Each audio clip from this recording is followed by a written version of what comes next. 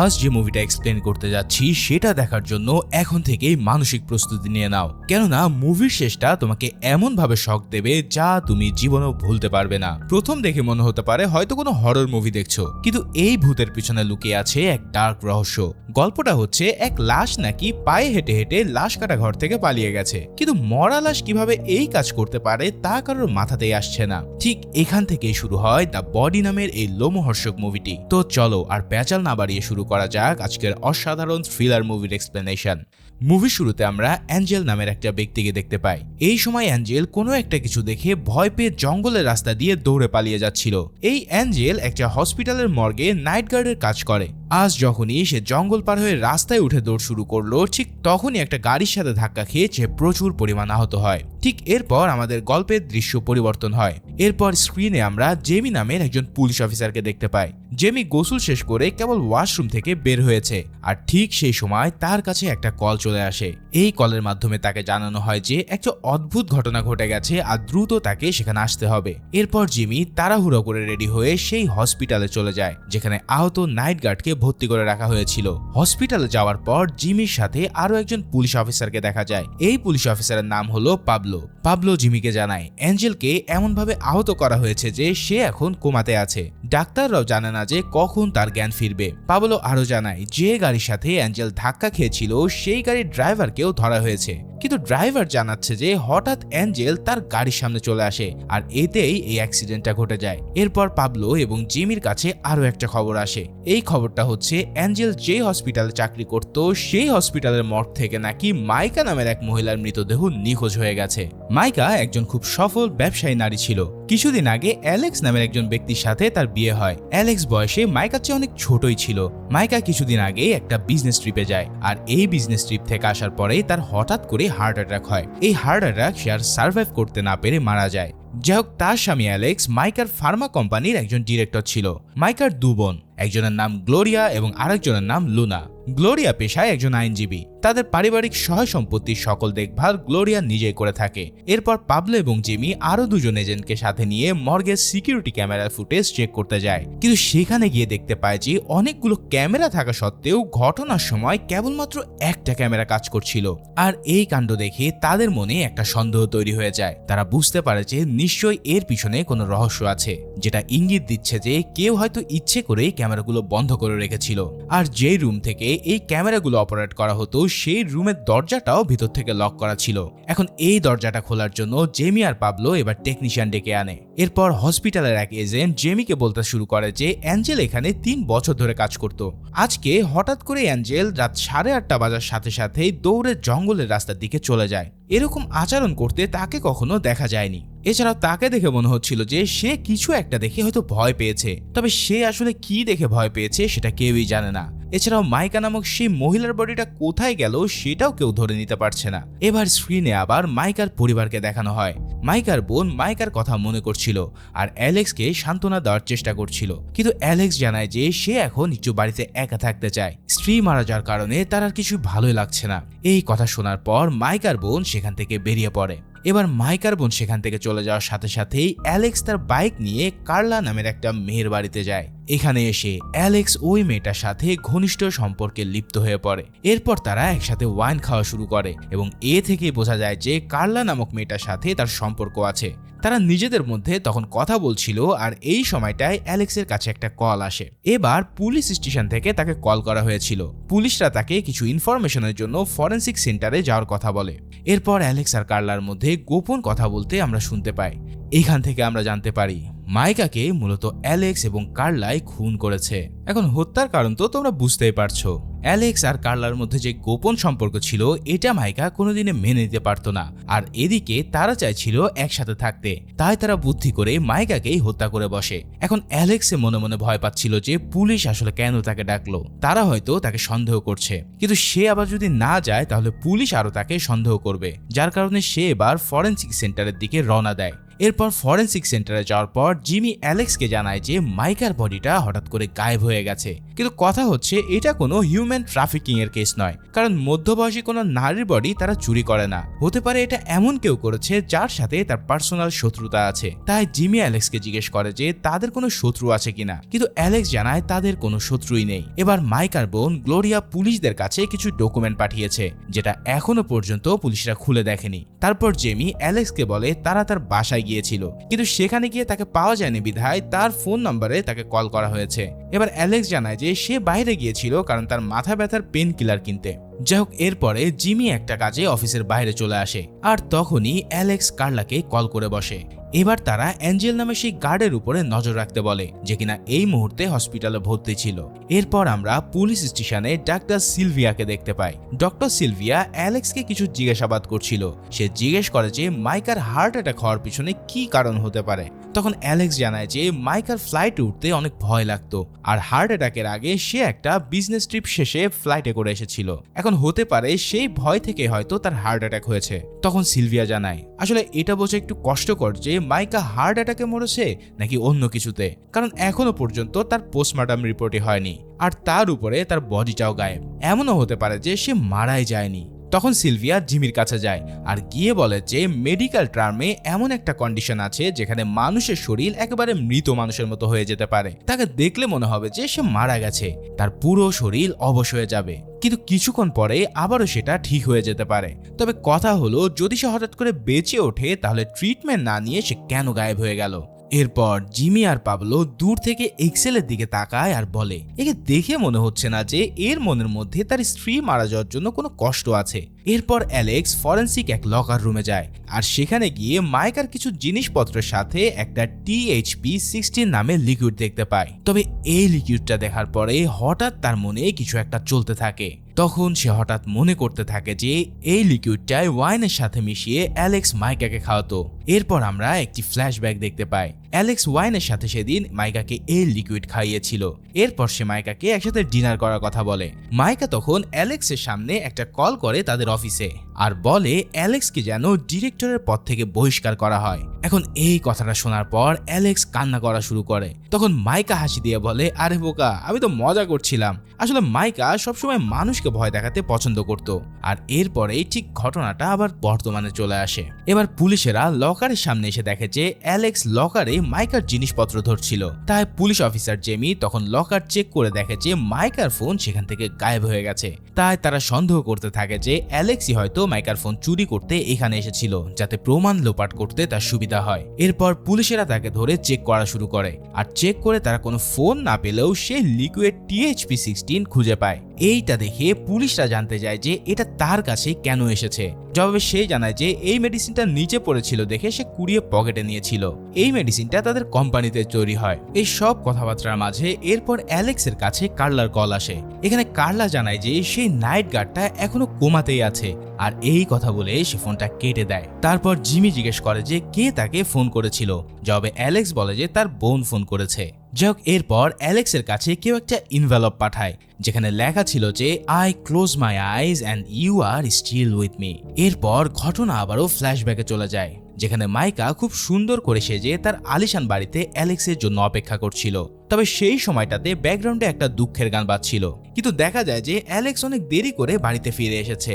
মাইকা তাকে অনেকবার ফোন করেছিল কিন্তু সে এই ফোনটা রিসিভ করেনি। তাই মাইকা তাকে প্রশ্ন করে যে কেন সে তার ফোনটা ধরেনি। জবাবে অ্যালেক্স মাইকাকে বোঝানোর চেষ্টা করে যে সে কোনো একটা কাজে অনেক ব্যস্ত ছিল, কিন্তু এই কথাতে মাইকার মন প্রচন্ড খারাপ হয়ে যায়। চালাকি করে অ্যালেক্স মাইকার সৌন্দর্যের প্রশংসা করতে শুরু করে আর এতে করে তার মনটা আরো ভালো হয়ে যায়। এরপর মাঝরাতে অ্যালেক্স তার ফোন হাতে নিয়ে দেখে যে কার্লা তাকে মেসেজ পাঠিয়েছে যেখানে লেখা I close my eyes and you are still with me. তবে এই মেসেজটা আসার সাথে সাথে মাইকার ঘুমটাও কেমন যেন ভেঙে যায় আর সে তখন অ্যালেক্সের ফোন টেপা দেখে সন্দেহ করতে থাকে যে অ্যালেক্সের মধ্যে হয়তো কিছু একটা চলছে।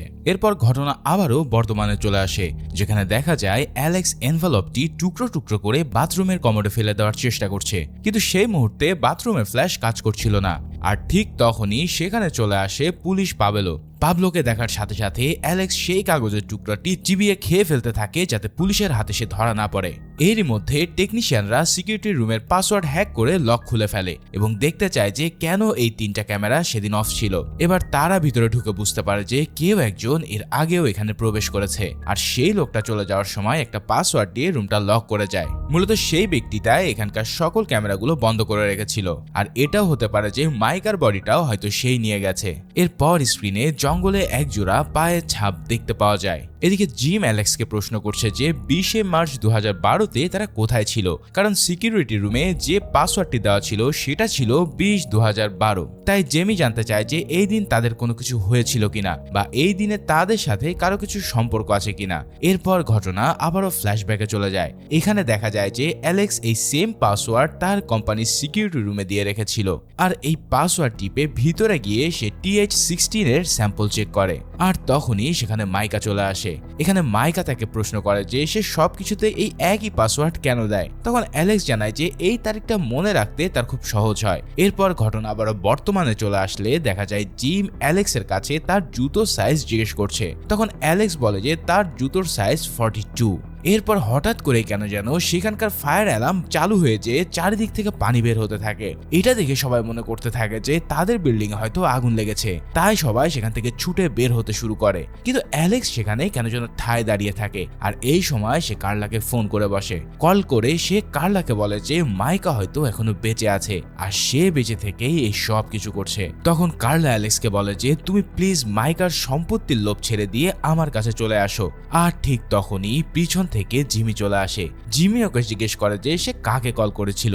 জবাবে অ্যালেক্স জানায় যে সে তার বোনকে ফোন দিয়েছে। কিন্তু তখন জিমি ফোনটা দেখতে চায়, তবে সে ফোনটা হাতে নিয়ে আর কিছুই দেখতে পায় না, অর্থাৎ এই ফোনে কোনো কল রেকর্ডই সে খুঁজে পায়নি। এরপর পাবলো সেখানে আসে হাতে একটা সিগারেটের টুকরো নিয়ে, আর বলে এই সিগারেটের টুকরোটা কেউ ফেলে রেখেছিল, আর এই কারণে ফায়ার অ্যালার্ম বেজে উঠেছে।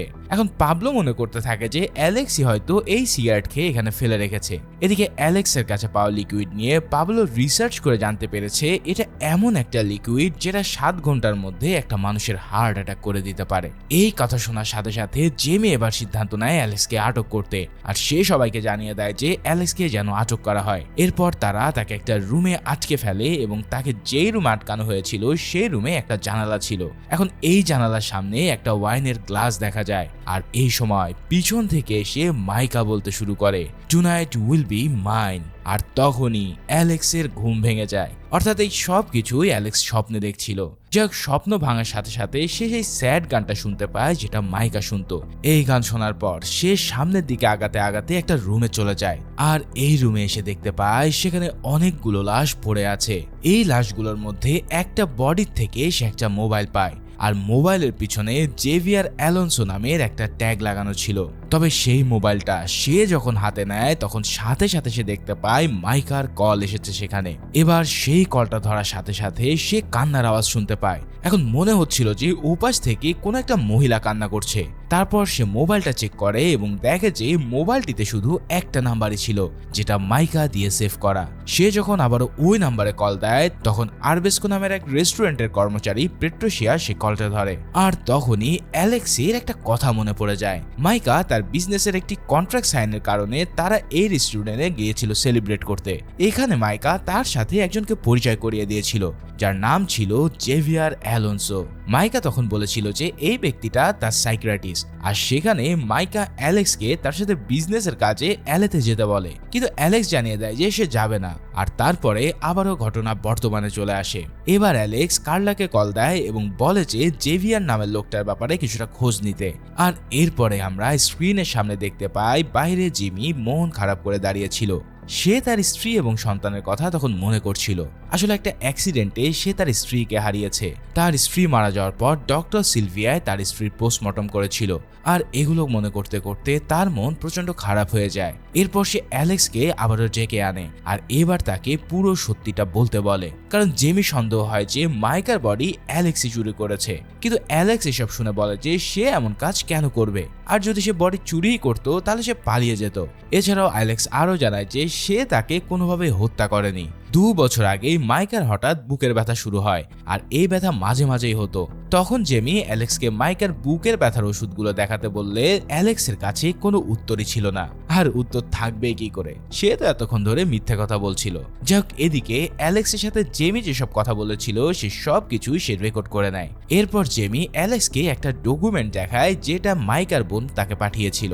এটা একটা প্রাইভেট ইনস্টিটিউটের ডকুমেন্ট যেখানে ইনভেস্টিগেটর হিসেবে নাম ছিল জেভিয়ারের। এটা দেখার সাথে সাথে অ্যালেক্স জিমিকে সেই লাশের রুমে নিয়ে যায় এবং বলে ওখানে জেভিয়ারের লাশ পড়ে আছে। কিন্তু কাছে গিয়েও দেখে যে ওটা জেভিয়ারের লাশ নয়, বরং অন্য আর একটা ব্যক্তির লাশ। এরপর অ্যালেক্স ওয়াশরুমে গিয়ে কার্লাকে আবারও কল করে এবং প্রশ্ন করে যে সে জেভিয়ারের খোঁজ করতে গিয়েছিল কিনা। এই কথা শুনে কার্লা তাকে জানায় যে সে গিয়েছিল, কিন্তু সে ওখানে কাউকে খুঁজে পায়নি। আর অনেক খোঁজাখুঁজি করেও জেভিয়ারের ঘরে মাইকাকে নিয়ে কোনো ডকুমেন্টসও পাওয়া যায়নি। কিন্তু কার্লা জানায় যে সে যখন বাড়ি ফিরেছে তখন তার বাড়িতে সে কিছু ছবি দেখতে পায়। এই ছবিগুলো মূলত কেউ আড়াল থেকে তুলছিল, আর এই ছবিগুলো দেখে বোঝা যাচ্ছে যে মাইকা হয়তো তাদের সম্পর্কে জানতো এবং সে আসলে তাদের উপর নজরদারি করছিল। তখন অ্যালেক্স কার্লাকে তাড়াতাড়ি রুম থেকে বের হয়ে যেতে বলে, কারণ অ্যালেক্সের মনে হচ্ছিল যে মাইকা হয়তো এখনো বেঁচে আছে এবং সে ওখানে গিয়েছে কার্লাকে মারতে। যাই হোক, তারপর কার্লার সাথে সাথে রুম থেকে বাইরে বেরিয়ে পড়ে। আর তখনই তার সামনে একটা গাড়ি ছুটে আসে আর সেই সময় তার ফোনটা কেটে যায়। এবার অ্যালেক্স চিন্তায় পড়ে যায় যে কার্লার কি হলো। সে ছুটে যাওয়ার চেষ্টা করে কিন্তু জিমি তাকে যেতে দেয় না, তাই সে তাকে এক ঘুষি দিয়ে অজ্ঞান করে ফেলে। এবং পরের দিন সকালে অ্যালেক্স জিমিকে সব সত্য কথা বলতে শুরু করে। এবার সে পুরো কাহিনী বলতে শুরু করলে সে জানায় কার্লার সাথে তার ইউনিভার্সিটিতে দেখা হয়েছিল। ওই ইউনিভার্সিটিতে অ্যালেক্স কেমিস্ট্রি পড়তো। এভাবে বেশ কিছুদিনের মধ্যে তারা একে অপরের প্রেমে পড়ে যায়। এখানে কার্লার একটাই সমস্যা ছিল যে অ্যালেক্স হচ্ছে বিবাহিত, আর সে চাইছিল না যে তার সাথে মাইকার সম্পর্ক থাকুক। আর তখন থেকেই অ্যালেক্সের আচরণে মাইকা ও তার উপরে সন্দেহ শুরু করে। কিন্তু অ্যালেক্সের সন্দেহ মাইকা THP-16 মেশানো ওয়াইন খাওয়ার পরে হয়তো অন্য কোনো লিকুইড শরীরে নিয়েছে, যেটা এই ওষুধের প্রতিষেধক হিসেবে কাজ করেছে। তাই কিছুক্ষণের জন্য তার হার্টবিট হয়তো বন্ধ হয়ে গিয়েছিল, কিন্তু পরবর্তীতে হয়তো সে আবারও বেঁচে উঠেছে। আর এখানে সে বেঁচে উঠে জেভিয়ারের সাহায্য নিয়ে পালিয়ে গেছে। এই সব কথা শোনার পর পুলিশ অ্যালেক্সের বাড়িতে যায় তদন্ত করার জন্য। যাওয়ার পর তারা একটা আনরেজিস্টার্ড পিস্তল পায় সেখানে এবং ওই ফরেন্সিক বিল্ডিং এর ম্যাপ পেয়ে যায়। আর এদিকে ইতিমধ্যে ওই নাইট গার্ডেরও হুঁশ ফিরে এসেছে। নাইট গার্ড তার জবানবন্দিতে বলে সেদিন রাতে সে মর্গ থেকে একটা শব্দ শুনতে পেয়েছিল, আর যখনই সে মর্গে যায় তখন সে মাইকার বডিটাকে সেখানে দেখতে পায় না। তাই সে যখন বাইরে খোঁজ করার চেষ্টা করতে থাকে সেই সময় মাইকার বডি সে লিফটে দেখতে পায়। দেখে যেন মনে হচ্ছিল মাইকা হেঁটে হেঁটে লিফটে উঠেছে, আর ঠিক তখনই এই লিফটের দরজা বন্ধ হয়। এই দৃশ্য দেখার পর নাইট গার্ডটা প্রচন্ড ভয় পেয়ে নিচের দিকে যেতে থাকে আসল রহস্য উদ্ঘাটন করার জন্য, যার কারণে সে নিচে গিয়ে দেখতে পায় যে লিফটের সামনে আগে থেকে একজন লোক মুখোশ পরে দাঁড়িয়েছিল। আর এবার সে নাইট গার্ডের উপরে গুলি চালাতে শুরু করে। এই গোলাগুলির মধ্যে নাইট গার্ড ভয় পেয়ে সেখান থেকে দৌড়ে পালাতে থাকে। এদিকে এই জবানবন্দি শুনে পুলিশ আবারও অ্যালেক্সকে সন্দেহ করা শুরু করে, কারণ তার বাসাতেই সে মর্গের অর্থাৎ ফরেন্সিক বিল্ডিং এর ম্যাপ পেয়েছিল। এছাড়াও তার কাছে পাওয়া গিয়েছিল একটা আনলাইসেন্স পিস্তল। কিন্তু অ্যালেক্স এই সব কথা শুনে বলে যে সে এগুলোর কিছুই করেনি। আর সে এখানে বলতে থাকে যে আমার বিশ্বাস মাইকা এখনো জীবিত আছে, তাই এখন সন্দেহ হলো তাহলে ওটা কে ছিল, ওটা কি তাহলে জেভিয়ার ছিল? তারপর অ্যালেক্স জিমিকে বলে কার্লাকে বাঁচানোর জন্য, কারণ তার ইতিমধ্যে কোনো খোঁজই পাওয়া যাচ্ছে না। এরপর জিমি অ্যালেক্সকে নিয়ে সেই বাড়িতে যায় যেখানে কার্লা থাকে এবং এখানে গিয়ে তারা খোঁজ করে দেখে যে কোথাও কেউ নেই। তারা সেখানে কার্লাকে অনেক খোঁজাখুঁজি করতে থাকে, আর আশেপাশের মানুষ সবাই বলা শুরু করে যে এই বাসায় কার্লা নামের তো কেউই থাকে না, এমনকি এর আশেপাশে থেকেও এই নামে কেউ যাওয়া আসাও করে না। এছাড়াও এই ঘরটা এতদিন ধরে পুরো খালি ছিল। এই সব শুনে সবাই প্রচন্ড অবাক হয়ে যায়। এরপর স্ক্রিনে দেখা যায় যে জঙ্গলে একটা ডেড বডি পাওয়া গেছে। এই নিউজ দেখার পর সবাই জঙ্গলে চলে যায় সেই ডেড বডিটা তা দেখার জন্য। এখানে এসে অ্যালেক্স মনে করতে থাকে যে ডেড বডিটা হয়তো কার্লার হবে, কিন্তু ডেড বডিটি খোলার সাথে সাথে সে দেখতে পায় এটা মাইকারই ডেড বডি। এই দৃশ্য দেখে সবাই যেন আরো বেশি অবাক হয়ে যায়। অ্যালেক্স এই বডিটা দেখা মাত্রই বমি করতে শুরু করে, আর জিমি বলতে শুরু করে যে কার্লা নামের আসলে কেউই ছিল না, এটা পুরোপুরি অ্যালেক্সের কোনো বানানো কাহিনী। অ্যালেক্স তখন সেখান থেকে পালানোর চেষ্টা করে, আর তখনই জিমিও তার পিছনে পিছনে দৌড়াতে শুরু করে। এক পর্যায়ে তাদের মধ্যে শুরু হয় প্রচন্ড ধস্তাধস্তি। তবে এই সময়টাতেই অ্যালেক্সের শরীর খারাপ হতে থাকে আর আমরা একটা নতুন ঘটনা দেখতে পাই। আসলে পুলিশ অফিসার জেমির স্ত্রীর যে অ্যাক্সিডেন্টটা হয়েছিল, ওই অ্যাক্সিডেন্টটা যে গাড়িতে হয়েছিল সেই গাড়িতে ছিল অ্যালেক্স আর মাইকা। সবচেয়ে দুঃখের ব্যাপার হলো অ্যাক্সিডেন্ট হওয়ার পরেও জিমির স্ত্রী রুথ বেঁচে ছিল, কিন্তু তারা তাকে ডক্টরের কাছে না গিয়ে সেখান থেকে পালিয়ে যায়। আর তাদের এই নির্মমতার কারণে তার স্ত্রী রুথ সেখানে মারা যায়। এবং আরো অবাক করা ব্যাপার হলো কার্লা আসলে অন্য কেউই নয়, সে ছিল জিমির আপন মেয়ে যার নাম ইভা।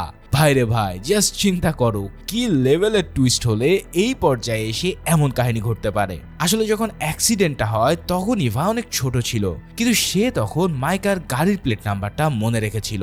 তাই বড় হয়ে যাওয়ার পর কার্লার নামের ছদ্মবেশে সে অ্যালেক্সের ইউনিভার্সিটিতে ভর্তি হয়। এবার সে ভর্তি হওয়ার পর থেকেই সে অ্যালেক্সকে তার প্রেমের ফাঁদে ফেলে। তার মনে তখন জ্বলে ওঠে প্রতিশোধের আগুন। কিন্তু ততদিনে ইভারও অ্যালেক্সের প্রতি কেমন যেন একটা ভালোবাসা তৈরি হয়ে যায়, কিন্তু তারপরেও সে তার প্রতিশোধ নেওয়াতে প্রতিজ্ঞাবদ্ধ ছিল। তাই সে তার বাবার কাছে যায় এবং তার বাবাকে ধরে কান্না করা শুরু করে। এরপর তার বাবা তার কান্না দেখতে পেয়ে এই পুরো প্ল্যানটা নিজ বুদ্ধিতে সাজিয়ে নেয়। এখানে অ্যালেক্স যখন কার্লার বাসায় গিয়ে ওয়াইন খাচ্ছিল তখন কার্লা ওয়াইনের মধ্যে TH16 মিশিয়ে দিয়েছিল, আর সেই ওয়াইনটা ইতিমধ্যে অ্যালেক্স 8 ঘন্টা আগে খেয়ে নিয়েছে। তার মানে বুঝতেই পারছো 8 ঘন্টা পরে অ্যালেক্সের হয়তো কিছু হতে চলেছে, আর যার কারণে তার শরীর খারাপ হতে শুরু হয়। ঠিক তেমনি ভাবে দেখা যায় অ্যালেক্স ওই ওষুধের প্রভাবে হার্ট অ্যাটাক করে ফেলে এবং সেখানেই অ্যালেক্সের মৃত্যু হয়। এমন প্রতিশোধ নেওয়া শেষ হলে জিমির মেয়ে ইভা তার দিকে তাকিয়ে থাকে। এটা এমন একটা ওষুধ ছিল যেটা শরীরের ভিতরে থাকলে কোনো প্রমাণই কাজ করে না। তাই অ্যালেক্সের এই মৃত্যুটাও সকল মানুষের কাছে স্বাভাবিক একটা হার্ট অ্যাটাক বলে মনে হবে, ঠিক যেমনটা মাইকার বেলাতেও হয়েছিল। তার মানে এই দুই বাপ বেটি মিলে তাদের দুজনকেই শেষ করে নিয়ে নিল এক চরম প্রতিশোধ। ঠিক এই মুহূর্তের মধ্যে দিয়ে এই সিনেমাটাও এখানেই শেষ হয়ে যায়। তো ভিডিওটা কেমন লেগেছে তা অবশ্যই আমাকে জানিও, আর এরকম আরো সাসপেন্স থ্রিলার মুভি দেখার জন্য এক্ষুনি চ্যানেলটাকে সাবস্ক্রাইব করে রেখো। দেখা হচ্ছে পরের কোনো ভিডিওতে, সেই পর্যন্ত আল্লাহ হাফেজ।